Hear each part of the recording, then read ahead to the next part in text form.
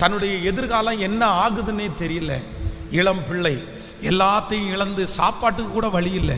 அடுத்த நேரம் சாப்பிடணும்னா கூட பிச்சை தான் எடுக்கக்கூடிய ஒரு சூழ்நிலை. நல்லா வாழ்ந்தவங்க, சந்தோஷமா வாழ்ந்தவங்க. ஆனால் ரூத்தை குறித்து வேதம் சொல்லுகிறது, அவள் என்ன பண்ணலை அப்படின்னா அந்த சிச்சுவேஷனில் சோர்ந்து போகவே இல்லை. மாமி நான் போயிட்டு வந்துடட்டுமா, எங்கேயாவது ஒரு இடத்துல வயல் அறுக்கிறாங்களான்னு பார்க்கட்டா, அதில் கொஞ்சம் பின்னாடி சிந்தி இருக்கிறத நான் பொறுக்கிட்டு வந்துடட்டுமா அப்படின்னு தன்னுடைய மருமகள் கேட்கிறாரு. உடனே மாமியார் சொல்ற நீ போ அப்படின்னு சொல்றாங்க.